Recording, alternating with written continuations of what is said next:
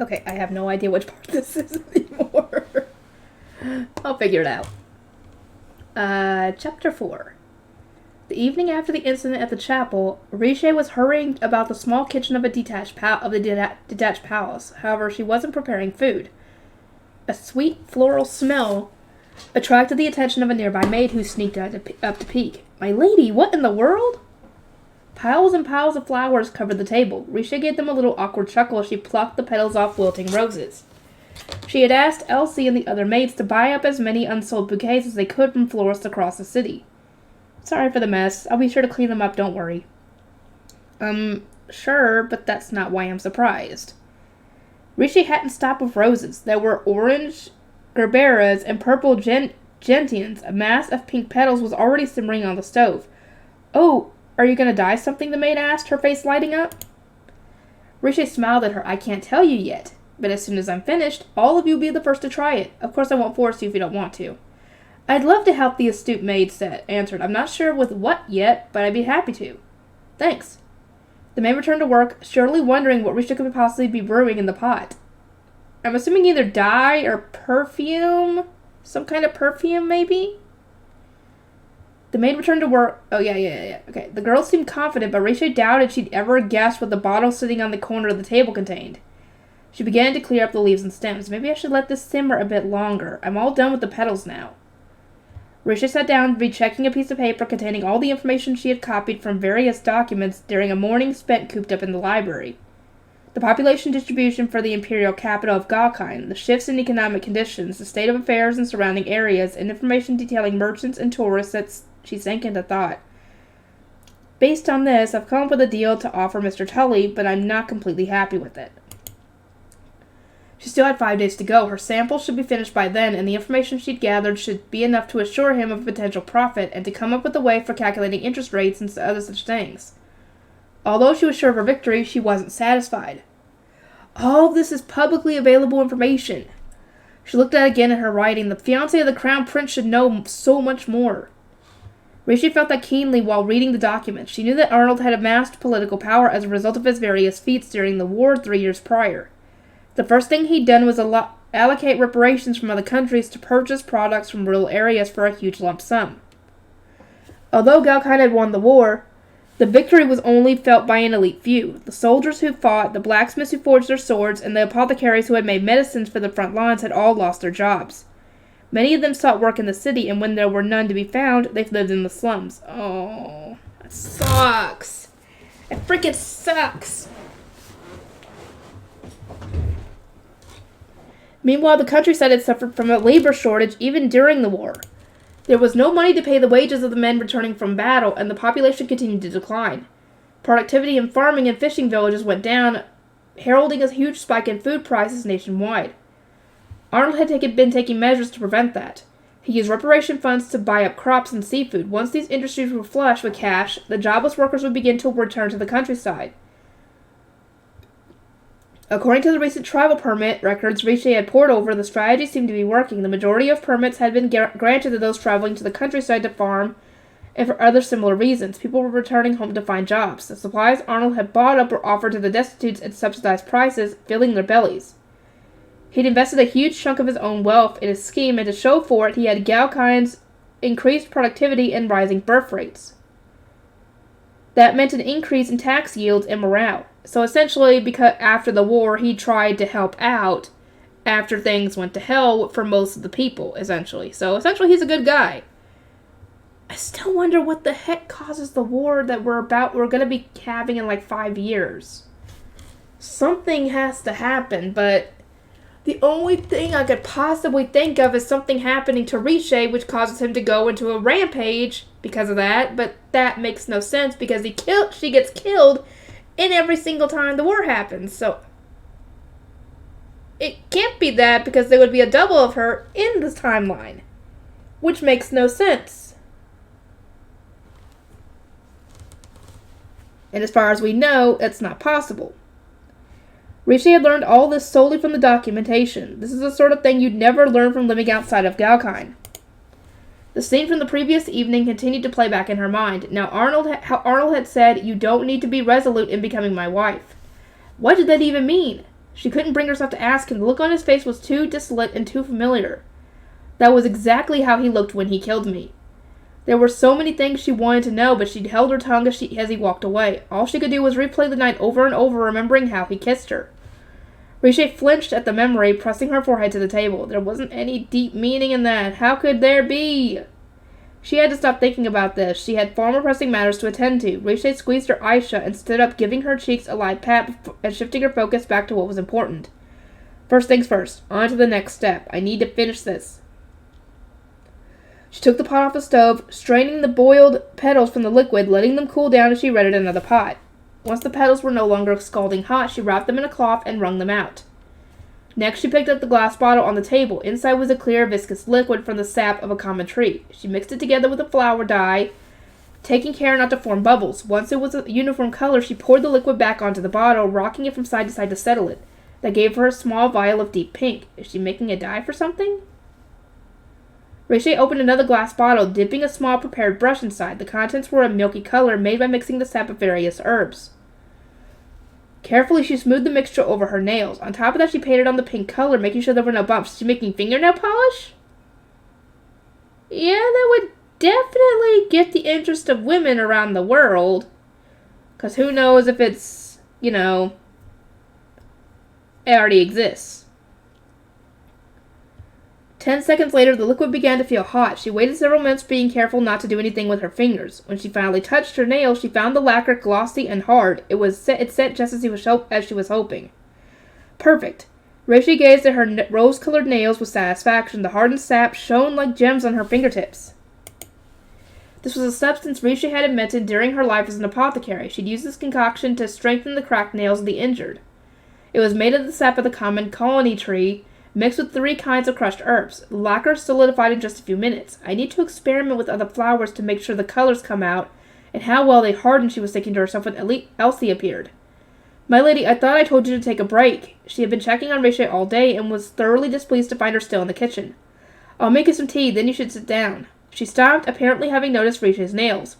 Her eyes lit up like stars. They're so shiny! Riche couldn't help but chuckle at her adorable squeal of excitement. You've come at a good time. She had a feeling Elsie would like this. She instructed Elsie to wash her hands thoroughly and sit down across the table from her. After making sure that Elsie didn't have any open cuts or wounds, Riche went to work.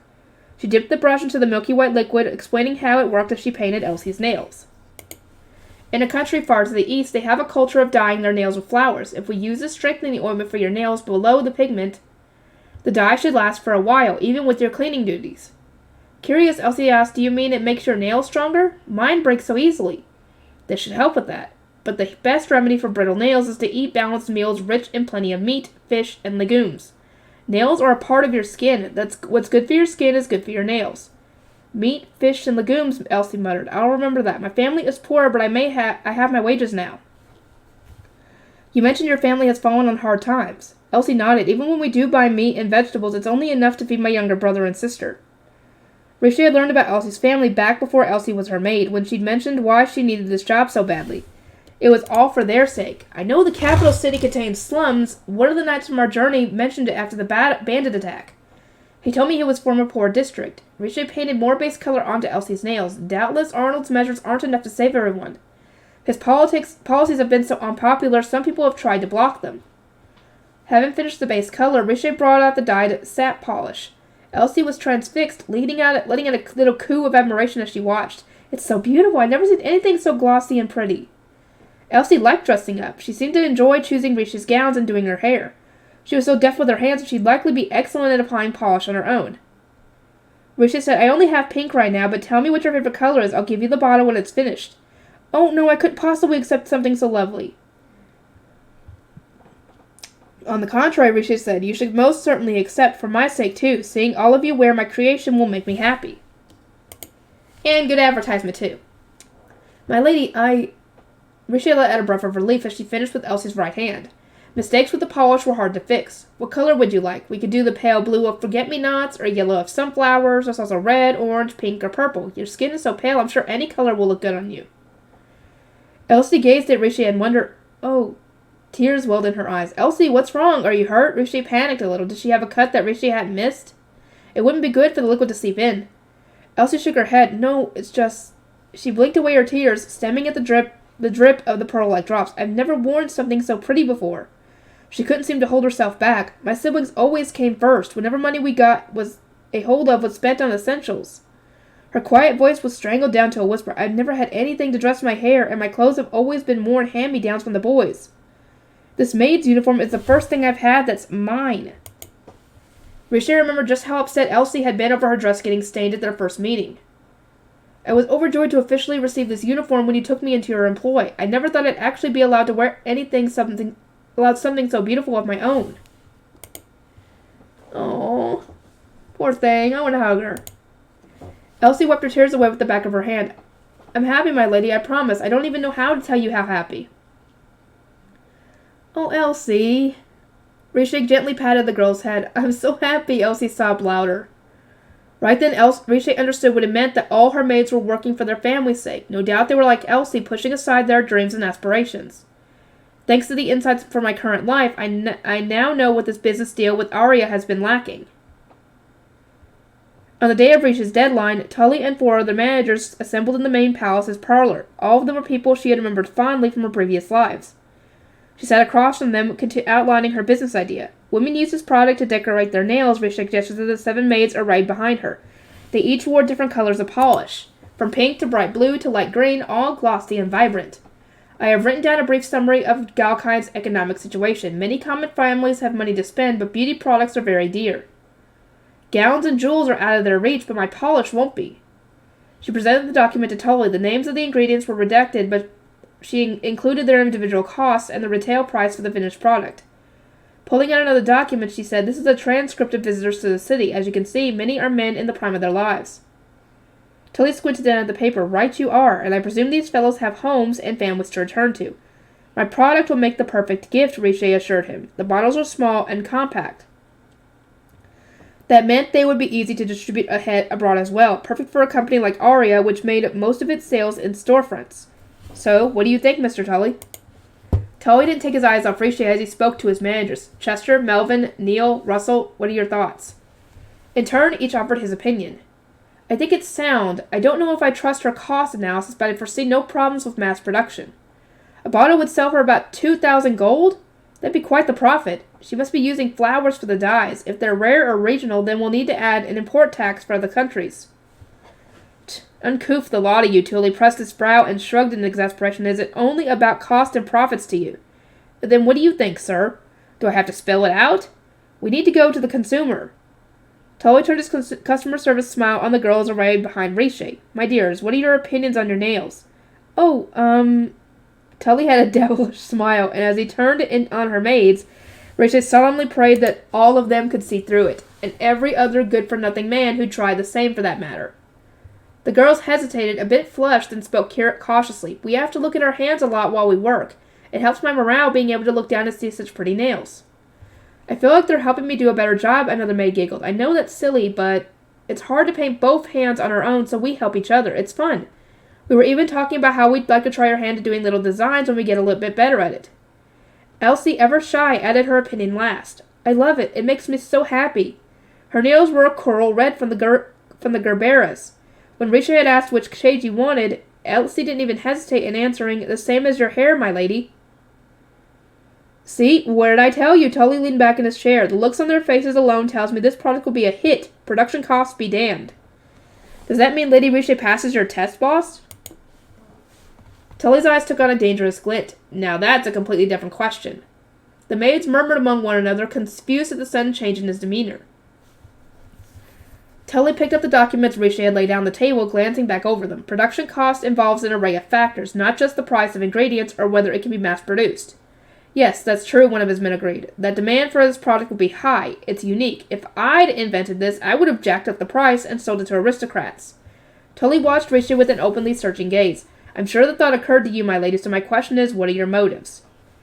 Riche smiled demurely. He'd seen through her again. Mr. Tully, since you find my product so pleasing, could we get down to business? Down to business? Asked one of Tully's men. Weren't we already doing that? Riche and Tully ignored the confused staff member, squaring off across the table. Shall we open the negotiations? She pressed.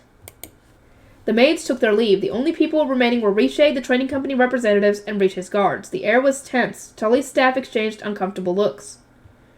With your permission, I'll start off with some advice. Tully raised a hand with a self-deprecating grin, perhaps to keep Riche from taking it personally. Do you really want to discuss this further? This is a marvelous product. If you agree to my proposed strategy of putting this on the market as a luxury product for the rich, I'd pass you in an instant. I really do. Riche leveled her gaze at him. The discussion will continue, Mr. Tully. Then please, say your piece. Riche passed another document to Tully. This is a copy of a recently instated policy. 3 years ago, Galkind established a nationwide minimum wage. Interesting. Tully glanced over the document. I see now. Employers must pay their employees at least this stated amount no matter who they are, lest they break the law. Ever since this policy was passed, Riche went on, deaths by overwork have gone down, as has poverty. It's easier to make a steady income. Quite frankly, this is the policy that has jump-started Galkind's economy. However, the only people benefiting from this are people with jobs, Tully said, catching on. Arnold's law increased workers' income, but because of that, the burden of the higher wages was placed on their employers. So while overall income had increased and some people had comfortable hours and food on the table, employment was down. The ones who couldn't find jobs were still starving. Next, I would like you to direct your attention to this document. Risha showed him the next sheet of paper, supplies for the ingredients and manufacturing workshops. This is all the information you need for mass production, including channels of distribution. Your manufacturing costs will be low, but this does not include the cost of labor. Oh dear. Tully bent down forward and propped his elbow on his knee. I think I know where you're heading, but let me ask you anyway. What do you want me to do? Employ from poor areas who are at their wits' end, the ones hit worst by deprivation. Risha straightened up. I will give you my recipe if, and only if, you agree to this condition. The gleam in Tully's eye was snuffed out in an instant. What a noble request! He gave a deep sigh. I'm disappointed in you, Missy. Kind Tully, snapped one of the guards. Watch your tongue. You will address the crown princess by her title. No, it's all right, Risha called off the loyal knights and kept her eyes on Tully. I believe that even with this proposal, this product will bring in sufficient profits. It is, admittedly, less than you'd make selling it as a luxury good. Now, sufficient isn't enough for greedy merchants like me. If you want to run a charity, go talk to a priest. Rishi had been expecting this reaction. Tully wasn't a cruel man, but he appreciated the aesthetics of a good deal. I'm not asking you to run a charity. I'm asking you to strike a bargain. What? Tully frowned. His other staff gave her confused looks too. A long time ago, a man told me that the very best merchants choose their own customers. The man who had told her that in the past had given her a very shrewd look. He was doing that now. Rishi didn't let it trip her up. A few days ago, I learned of a recent allocation of funds to the poor, a large stimulus post-war. I know about that, yes, Tully said. I believe it was a policy introduced by the Crown Prince. Even us cutthroats can appreciate a decree meant to save people and help a country flourish. Exactly. The citizens would have starved without these measures, and they will again, if the royal family and nobility think only of lining their own pockets. During her life as a merchant, Riche had traveled to many different places. Galkind's allies in the war had emerged victorious as well, but not nearly as well off.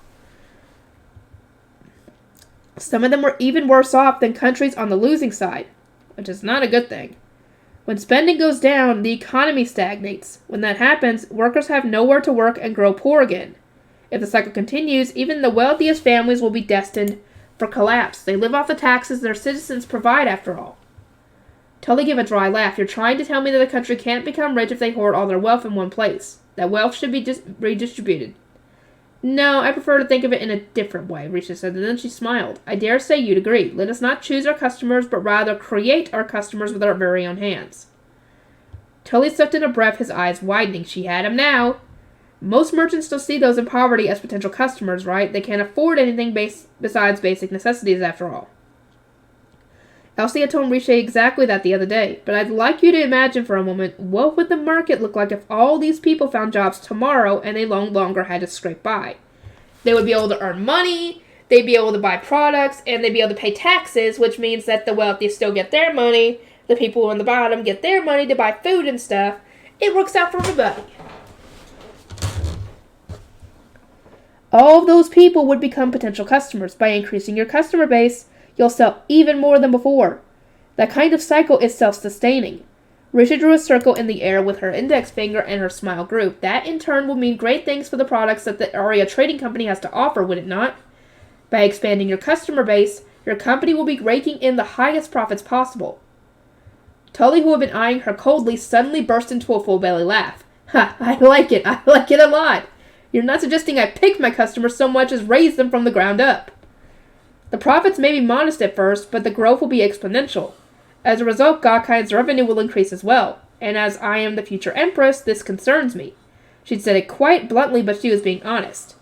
At first, Riche had looked at her deal from the point of view of a merchant. She'd operated from the standpoint that her task was to design a product with a high profit yield.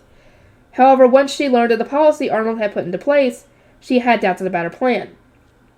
After hearing Elsie's feelings, she realized how thoughtless she had been. Riche shouldn't be thinking as a merchant, but as a crown princess. Profits and prosperity came from a country's people. And to prosper, to thrive, people needed more than just food and shelter. They had to live without throwing away their dreams and aspirations. They needed hope. I doubt this is ideal for you, Riche said, but it's all I can offer at this time. Actually, I think this is a pretty good plan. You're excellent at picking up on my own thoughts and beliefs. I'd rather enjoyed this. Tully's look of glazed boredom had become one of delight. However, Miss Riche, you've still got much to learn. She recognized that smile. It was how he looked at her back in her first life whenever she made a mistake. Remember what I told you before? You conduct yourself too earnestly. You're transparent. Someone unscrupulous could take advantage of that. I appreciate the warning, Riche said. I haven't the faintest idea why, but clearly you want me in my company, and I'm planning on using you to the fullest extent of my ability. Tully's people gave him more exasperated looks. Come on, boss. This is the crown princess you're talking to here. Quit it.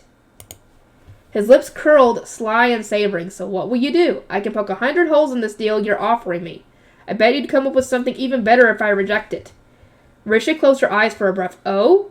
And I suppose you won't allow me to take my business elsewhere. See? You do understand me, even though we've only spoken a few times. I wanted to avoid this, but you left me little choice.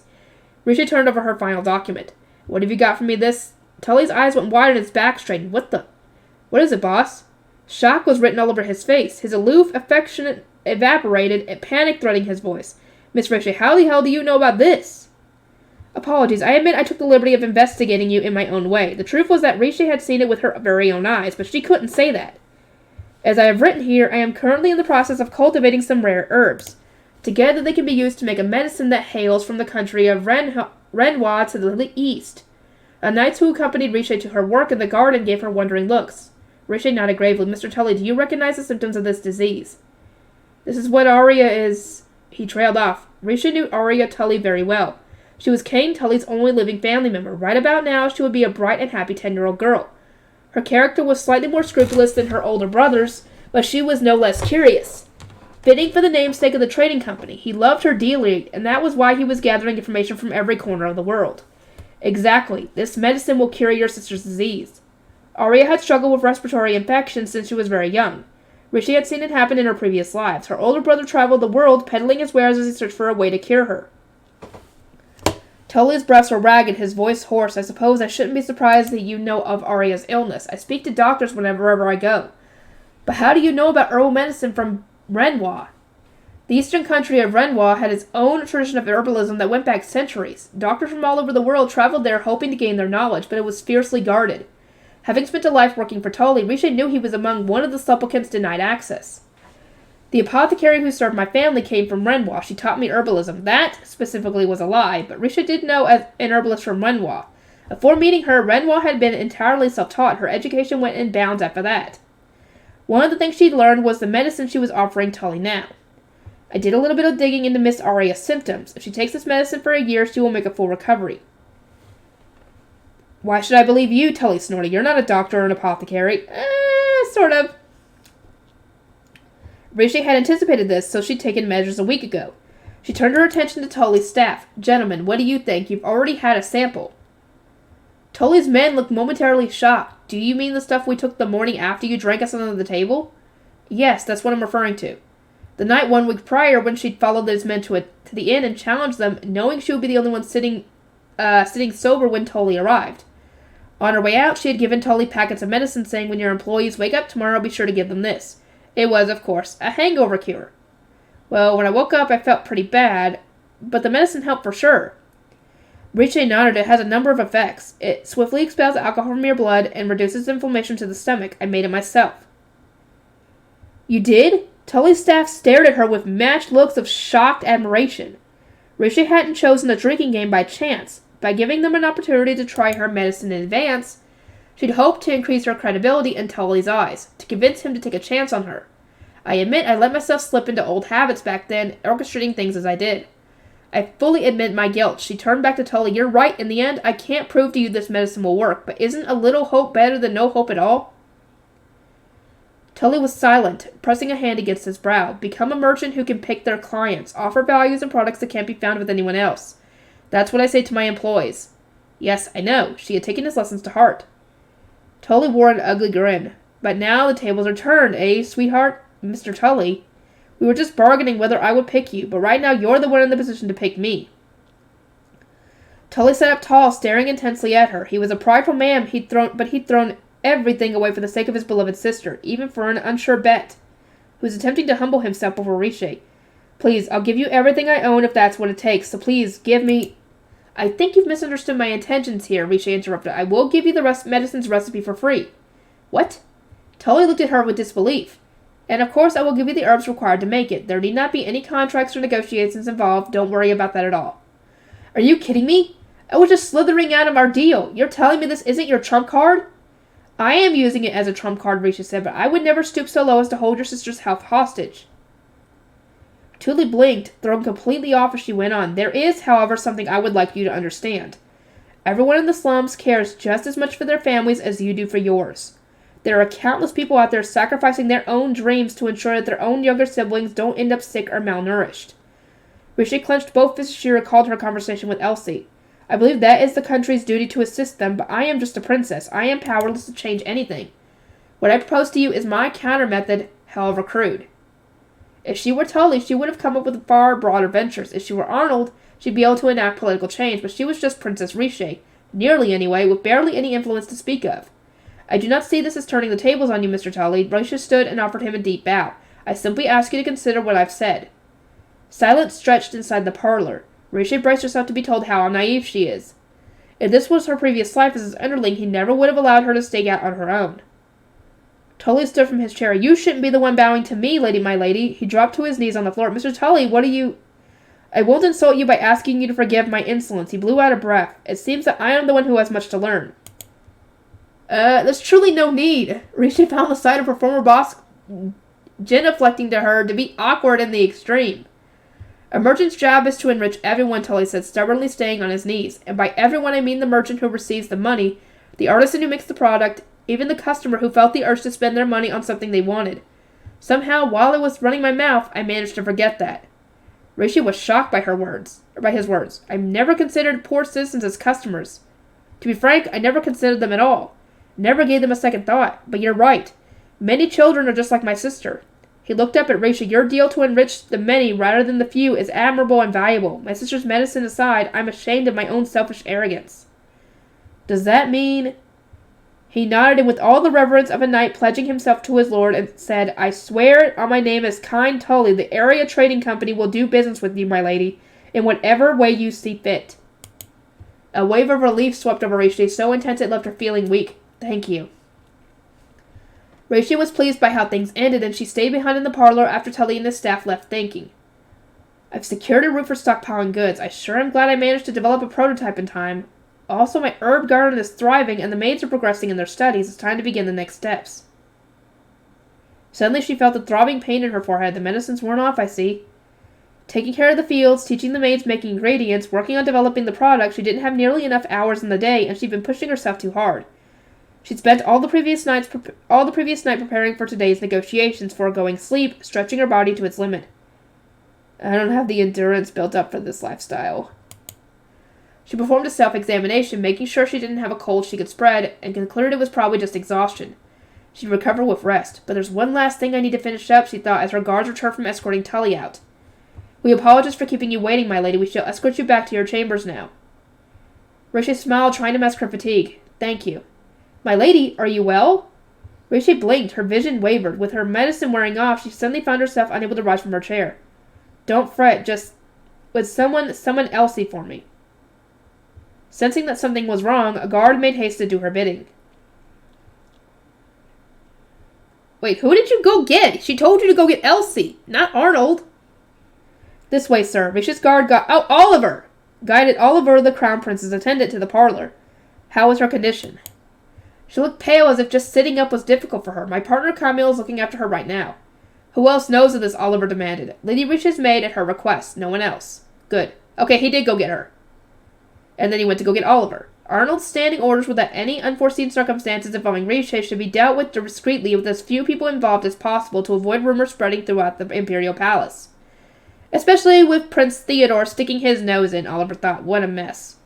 They needed to move Riche stealthily and summon a trusted doctor. Oliver was working out the logistics of this as they arrived in the parlor.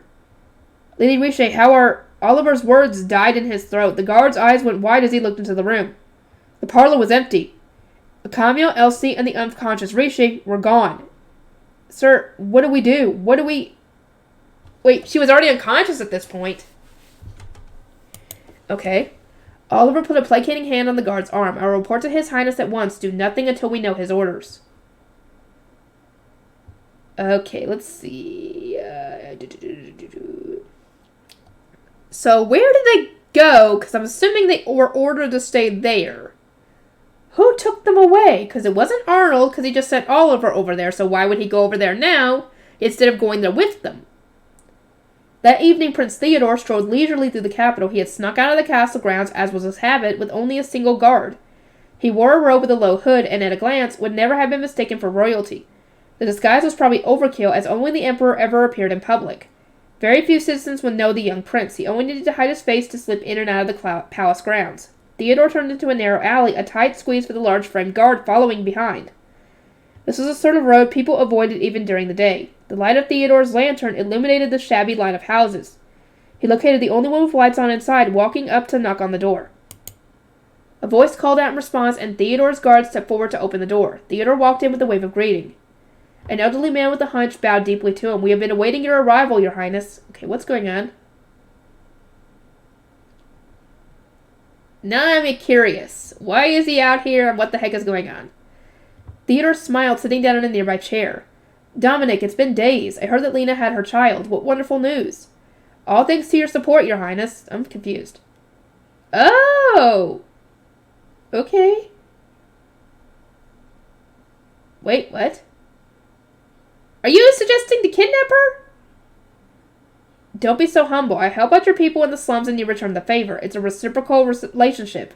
Theodore glanced meditatively at the ground. I hear you have something for me. A certain would-be crown princess. What? I'm so confused.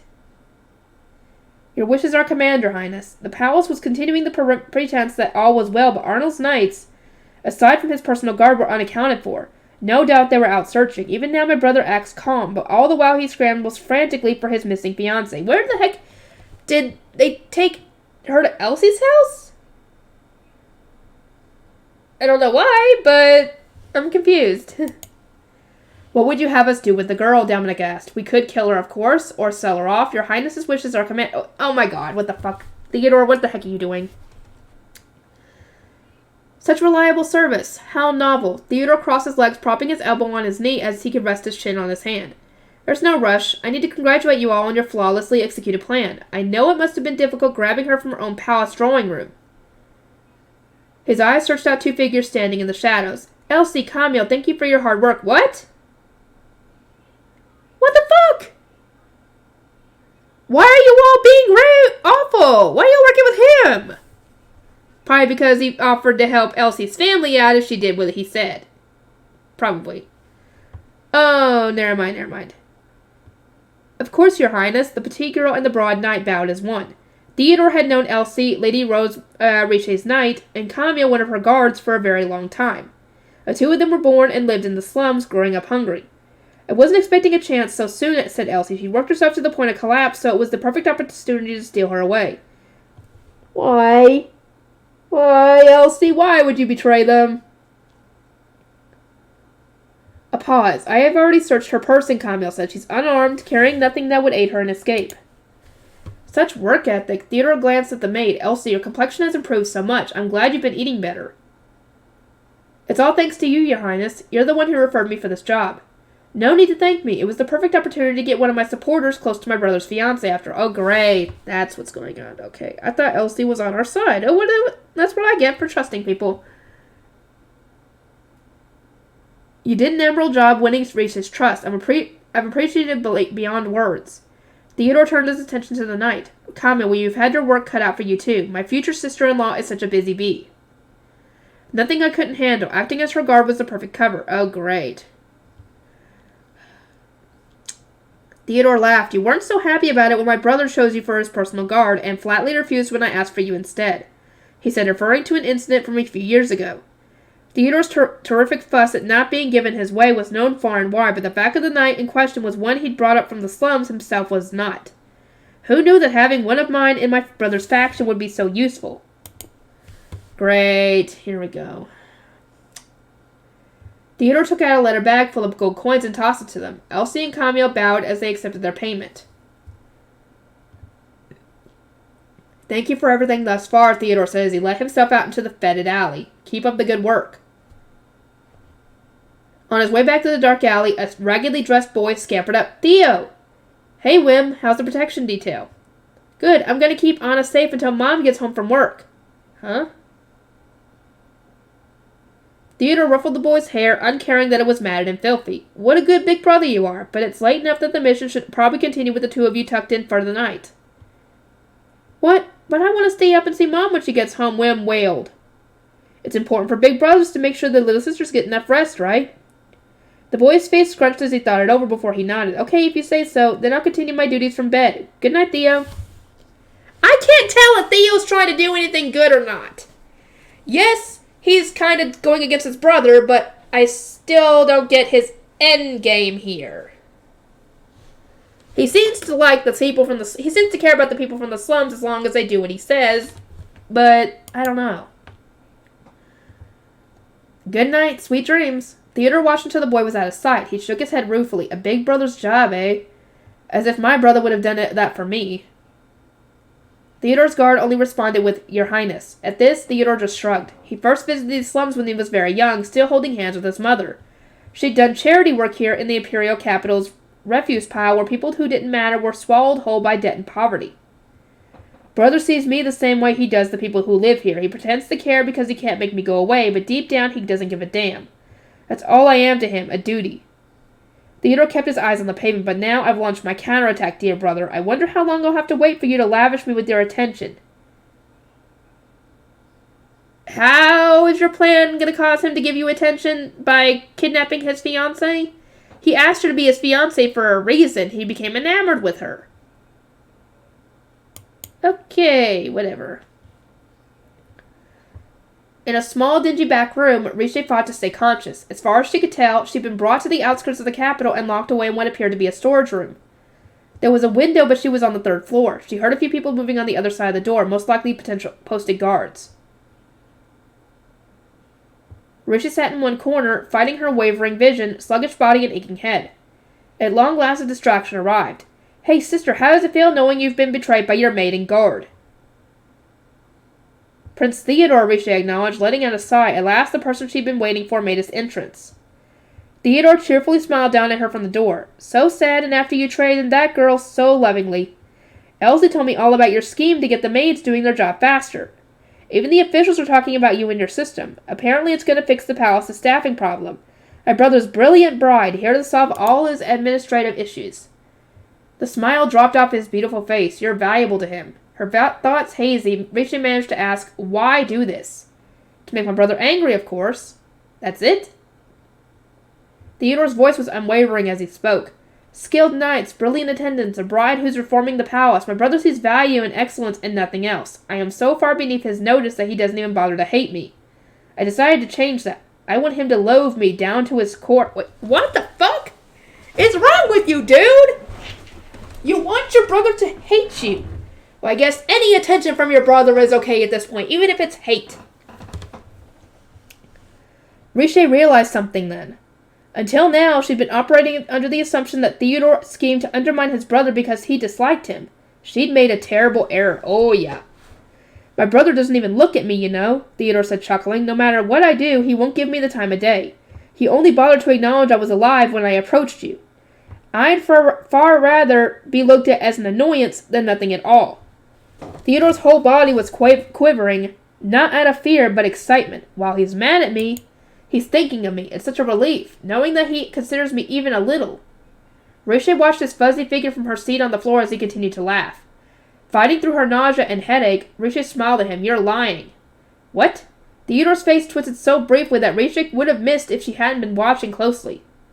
You're just angry I captured you. It's not very becoming, sister. Then won't you deign to tell your poor, defenseless hostage why the two of you hate each other so very much? It's none of your business. You made it my business, Riche said, when you dragged me into your little feud. Theodore stuck out his lip petulantly like a child. Fine, whatever. Remember how I told you my brother killed our mother? Well, he did it because she tried to kill him first. Well, okay, fair enough. Self-defense on that one. Riche recalled the scars on the nape of Arnold's neck, numerous and at least a decade old. She hated my brother as much as she hated my father, and brother hated her in return. He dreamed of ending her life. Riche listened in silence. I bet he'll kill father someday too. And when he does, being crown prince won't save him. He'll be a traitor and they'll execute him. There will be no escape. Theodore's voice was light, unknowing of the prescience of his joke. Our family is a mess because our father treats us like objects, movable game pieces, and because my brother has severed all contact with his siblings, my sister lives elsewhere on his orders. And why did Prince Arnold hate your mother so much he wanted to kill her? Theodore shrugged. I assume it's because she tried to kill him first. It's only natural to loathe someone like that. Well, yeah, to be honest, that's true. Riche had thought he'd answer that way, but she wasn't sure she agreed. To her eyes, Arnold wouldn't hold a grudge like that, or swear a vendetta. But trying to sort out any of this right now was impossible. She was too ill to even think. And now you know. Satisfied? Yes, very. Riche mustered all of her strength to smile at Theodore. You want to be close with Prince Arnold. What? Theodore's blue eyes, so like his brother's, went wide as saucers. You spoke about Arnold differently this time. When you told me about him in the chapel, you made him out to be a monster. Have you lost your mind? Theodore turned his head back on Riche. Enough of this nonsense. I'm going to go play with my brother now, so you be a good girl while I'm gone. I posted guards at the door. You won't get far if you try to escape. Bye. Oh, he has no idea what she's capable of. He shut the door behind him, throwing the lock. After his footsteps faded away, Riche could still hear the presence of people outside in the hall. She let out a heavy sigh and turned to a box in the corner of the room, drawing out thick winter curtains. Delighted, she laid them on the floor and curled up on top of them, not luxurious by any stretch, but still far more comfortable than sleeping rough when she was a knight. And more importantly, her last second sleep. She'd been fighting to stay awake before Theodore arrived. Now that they'd spoken, she had no reason to bother. The headache and nausea were bad enough, but above all else, she was tired. So tired her body ached. Riche closed her eyes and fell asleep for just over an hour. It was a short nap, but it refreshed her mind. She hadn't completely recovered, of course, but she felt much better than she had before she fainted. As she stirred, she yawned. I think I still have... Yes. She pulled out a hidden vial of medicine, and during its bitter taste, she gulped it down. It was a temporary measure, but once it kicked in, she'd have more options open to her. Next, she smoothly rolled up the hem of her dress, retrieving the dagger she had fastened to her thigh with a ribbon. This is a good quality knife. Elsie brought it to me from the slums. Prince Theodore must be their supplier. Riche pulled 2 gold hairpins from her hair, accessories on most days, lockpicks on special occasions. Nice! You gonna lockpick the door and get out? I'll have to thank Elsie and Camille for their help later. They had, after all, been the ones to supply her the information on Theodore. Dagger and her makeshift lockpick in hand, Riche stood up. She'd confirmed before Theodore's arrival that the lock had been tampered with, destroyed from the inside. Normally that would mean the door couldn't be opened from here, but Riche could deal with that. I think it should be around here. She knelt before the door, located a small pinhole underneath the doorknob, a fail-safe in case the internal lock was broken. As she probed around with the golden pin, she went over her next moves. I hope Elsie and Camille are okay. They did just betray Prince Theodore, and the people around here adore him. They did? Oh, not intentionally they did, yeah. Her mind had been working for Theodore all along. Her maid had been working for Theodore all along. Riche had realized the possibility a few days ago when she received his letter. The false missive had been slid in under the crack of her door, which could only be done by someone with permission to enter the detached wing. At present, only Riche, her maids, and her guards had that. The night Arnold had visited her, word had spread quickly. Clearly, comings and goings were watched, and Riche learned that no one unknown had been seen, which meant the person who delivered the letter was a maid or a knight. The knights were unlikely. They had been with her when the letter was dropped off. They left only a maid. Perhaps Theodore hadn't bothered to explain himself, just given the order. He had also most likely ordered silence. No mention at all that he had ever drafted a letter to the crown princess.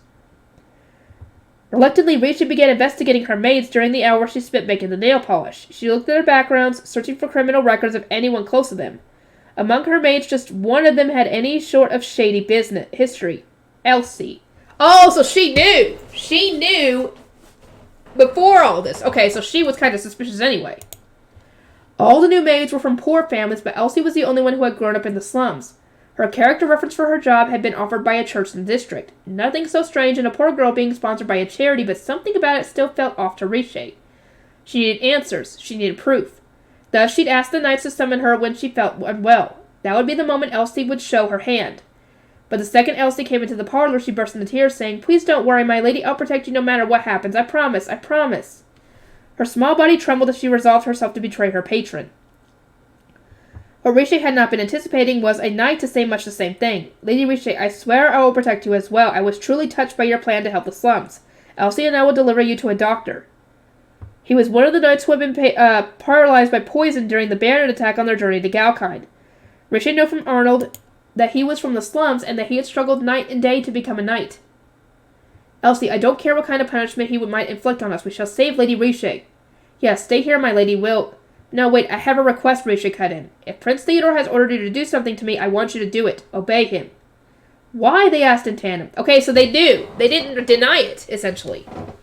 Their guilty shock told Riche everything she needed to know. "Were you given any instructions, Elsie? We were ordered to watch for a chance to take you captive without any harm coming to you."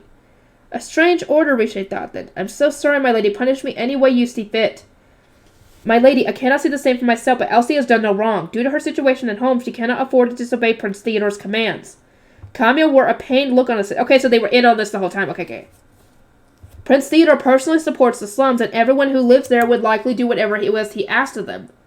To go against his orders is to go against the interest of your own friends and family. You'd be shunned. Elsie has nowhere to go."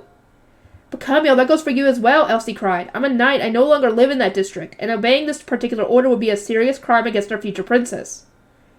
Riche listened to their exchange. "We should continue this conversation later. For now, let's go." "Where?" "To imprison me like Prince Theodore ordered." Elsie and Camille stared at her. Blinking against her headache, Riche turned over a paper she had used during her negotiations with Tully and wrote, "I have gone to continue a discussion we began in the chapel." Arnold was the only one who could interpret this. It had only been a week ago, and it would still be fresh in his memory. After that, Elsie and Camille snuck Riche out of the palace and locked her up in this building on the outskirts. Okay, so they are in on this. Okay. "Prince Arnold should know from that letter that I left the palace of my own free will. Meanwhile, Prince Theodore believes he successfully captured me. Neither of them will find fault with Elsie or Camille." Back in the present, she felt one of the hairpins come up against something heavy. She flipped it up and heard a click. Riche stood, easing the door open, pausing to listen to the men talking on the other side. "Does one noblewoman really merit this heavy guard? It's Prince Theodore's orders, but surely the three of us would suffice." Riche steadied her breathing, taking care of it so that the men wouldn't notice her. "That lady knows how to use a sword. I think Prince Theo's more concerned about us than her." "She can't do anything through a locked door. There's 5 of us here, 6 on the second floor, and 10 were posted outside. No, that's way too many people if you— Ah!" Riche threw the door open and kicked the man between the knees. The man lost his balance, falling just as Riche swung her sheathed dagger against his neck. With a short grunt, the man collapsed unconscious. What's going on? Hey, the woman got out. That's impossible. We locked. Shut up and grab her. He ordered us to be gentle, but we have no choice. We gotta tie her up. Riche bent back and grabbed the hand grasping for her collar. She jabbed an elbow into the pit of the guard's stomach. He let out a croak like a dying frog, staggering back several steps. Ugh. Weak. Riche analyzed her own strike and took a step back to gain some ground. Her current body simply wasn't strong enough. Any martial arts she did would have to use the enemy's speed and power against them. Emboldened by her hesitation, the men drew their swords. Quite an escalation considering she had kept hers sheathed.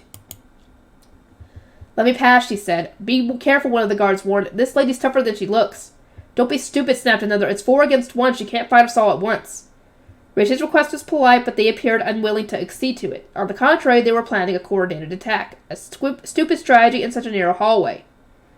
Risha stood at the ready, parrying a swing from her right. He was being incautious, and a hit in just the right place unarmed him, his sword flying and sticking into the wood of the door. The man was overcome with shock. Risha used that opening to hit him with the pommel of her dagger. Risha pushed him away, dodging the other three. She waited for an opening and drove herself against the man's chest, slicing down his face with her steel-sheathed dagger. The area between the eyebrows was a tender spot. A strong hit there could kill a man, but Risha didn't need to worry about that with her current musculature. The guard didn't even scream before he thumped to the ground. He's not dead, he's unconscious. What the hell was going on? She's just some noblewoman with a couple of moves. How dare you make fools of us? No sooner had she dodged one man's swing than another blade came at her from the other side. Dual wielding. She blocked the blow with her dagger, her hand going numb, but it was nothing compared to Arnold's attack. Without a moment's delay, Risha drew back her dagger, pivoting adroitly, putting the force from the rotation into her kick. She slammed the heel of her shoe into the man's face. Ouch! This can't be happening. The final man's voice trembled as he faced her. Not anymore. It's not 4-on-1. It's 1-on-1 now. Risha paid him no heed, finally drawing her dagger from its sheath. The man squared up, still shaking with rage. Risha didn't point her dagger at the man. Instead, she grabbed at her dress and plunged the blade into the skirt, tearing a long slit into the side. Risha stood before the astonished man and smiled. There, that should make movement easier. Let me make a suggestion, she said. Give up now. The man grunted. He was one of Theodore's soldiers. He couldn't disobey. She had no choice but to take care of him. Leaving him unconscious, he sighed. He said that there's 6 on the second floor and 10 more on the ground. Risha descended the stairs, leaving 5 fallen men in her wake. Ha ha! Oh wow, I didn't even realize I was this close to being done with it. Dang.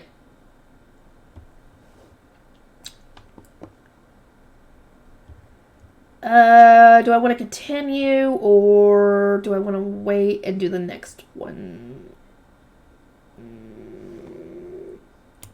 Oh, wait. Okay, next one, guys.